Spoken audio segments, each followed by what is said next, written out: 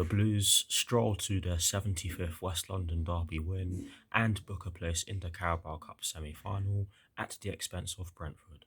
Watch until the end of this review to hear all of my thoughts on yesterday's match.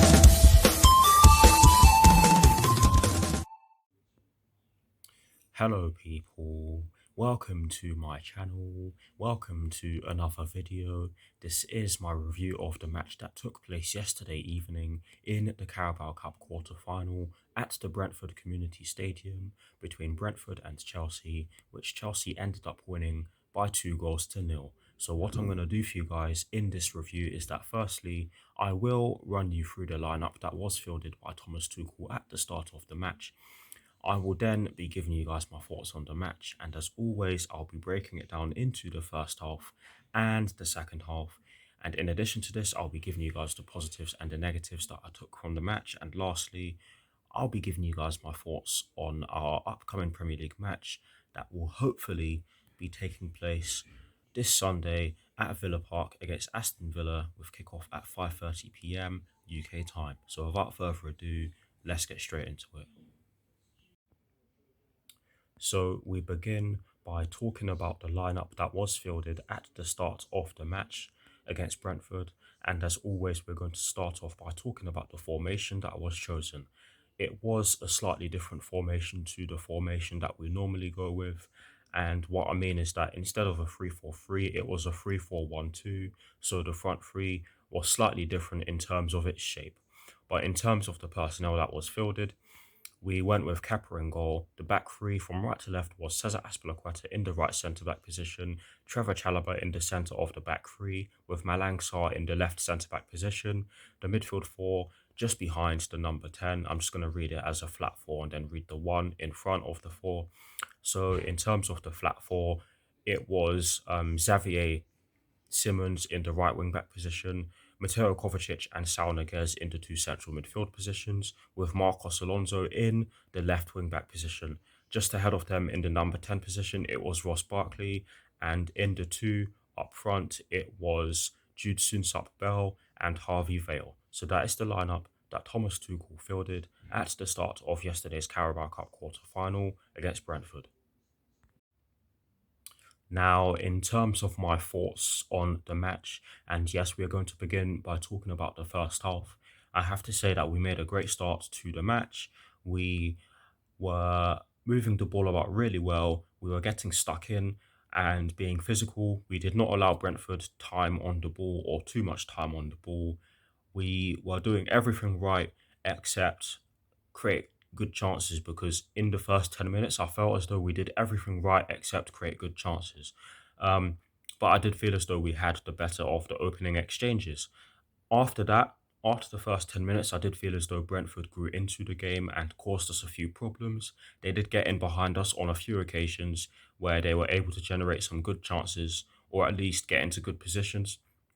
And they did force Kepa into making some really good saves, and let's give him credit for that, because there are a lot of Chelsea fans out there who have slated him harshly in the past, and you have to give him credit where it's due, because he had a great game yesterday. But anyways, Brentford did cause us problems, but I have to say that some of the defending in the first half was really good. It was a bit patchy on it was a bit patchy in some places in the first half, but we stuck at it and got through in the end.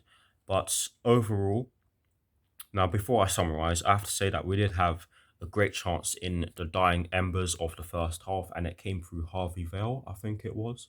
But it was definitely one of our academy products, or current academy products, shall I say, not academy graduates, academy products, the ones who are still in the academy and learning their trade, of course. It was one of those players who had the best chance for Chelsea in the dying stages, and I think it was Harvey Vale or Soonsup Bell, I can't remember. But one of them had a glorious chance to head us into the lead, but it went straight at the Brentford keeper. But overall, I felt as though it was a fairly even first half. We had more of the ball. We did get into good positions, but weren't able to create any clear cut chances. But Brentford also didn't have much of the ball, but they created the better chances in the first half, or shall I say, more better chances in the first half. But yes, for me, it was fairly even. We did look decent, and the only things that were really missing were the fact that we did allow them through on a few occasions, and the fact that we weren't able to create too many good chances in the um, final third, of course. But yes, decent first half performance from me, or decent first half performance in my opinion, shall I say. But in terms of the second half, brilliant start to the second half. We came out of the blocks very quickly. We immediately put them on the back foot with all the pressure we put on them. And yes, Thomas Tuchel did bring on some substitutes. I believe he brought on Christian Pulisic and Jorginho at the start of the second half. And he then went on to bring on Mason Mount, Reece James, and N'Golo Kante. And all five of them helped us get the job done in the second half. And I have to say that the game changed when Jorginho came on, because he was able to spray some balls. He was able to dictate play from deep, which is what he's brilliant at. He was able to um, avoid pressure. He was very calm on the ball, which was great to see.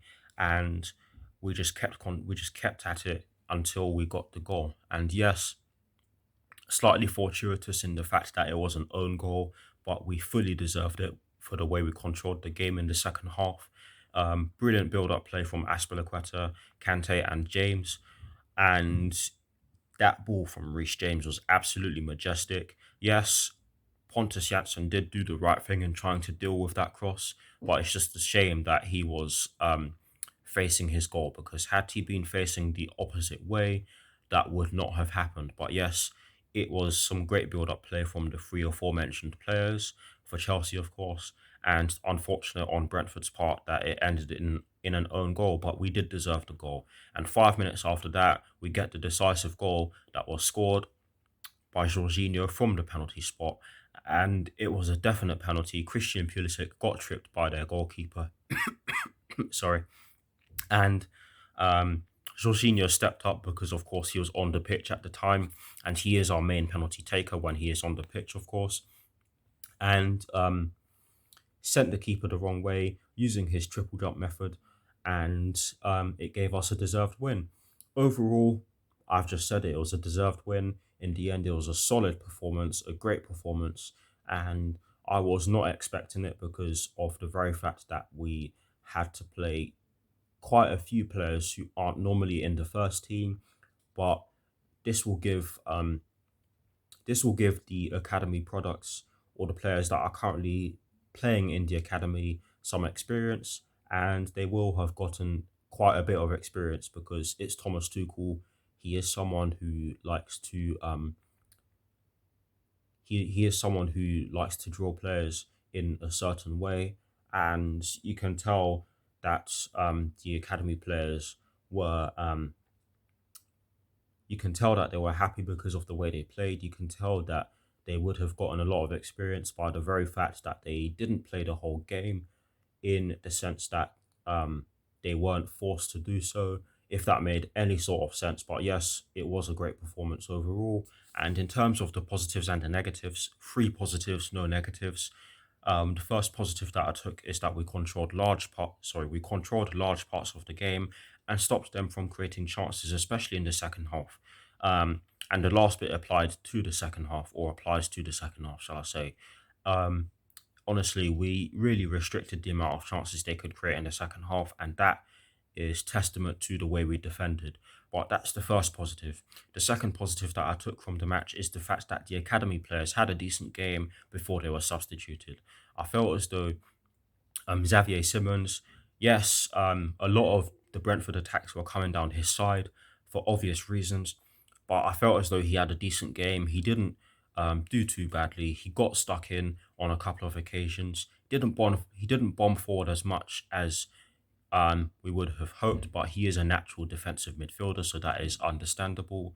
But yes, he did well, and the two up front did really well, in my opinion. I felt as though they held the ball up really well, got a couple of shots off um, that didn't really test the keeper too much, but they did get a couple of shots off, and one of them ended up being our best chance in the first half. So you have to give them credit for um, at least testing the defense and getting shots off, because that is the least you ask of your strikers. But yes, I felt as though the academy players had a decent game before they were substituted, and that is the second positive that I took from the match. The third and final positive that I took from the match is the fact that we kept a clean sheet.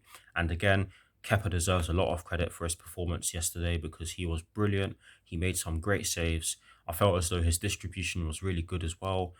Um, and he has improved a lot. And that is great to see because, of course, Edouard Mendy will be going off to the African Cup of Nations in a matter of weeks or days. But yes, we kept a clean sheet, and that is something that we have been crying out for in recent games. Those are the three positives, no negatives, like I've said already. And that is it for my thoughts on Chelsea's 2-0 victory over their West London rivals in Brentford in the Carabao Cup quarter-final. Do drop your thoughts in the comment section below and I'll do my very best to respond. But anyways, we're going to move on to the last section of this review, sorry. Now, to finish off this review, I'm going to give you guys my thoughts on our upcoming Premier League fixture that will be taking place this Sunday at Villa Park against Aston Villa with kickoff at 5:30 p.m. UK time. I do believe that we can win this one. I cannot tell you who will be available and who won't be available, and I don't think anyone can um, except the Chelsea staff.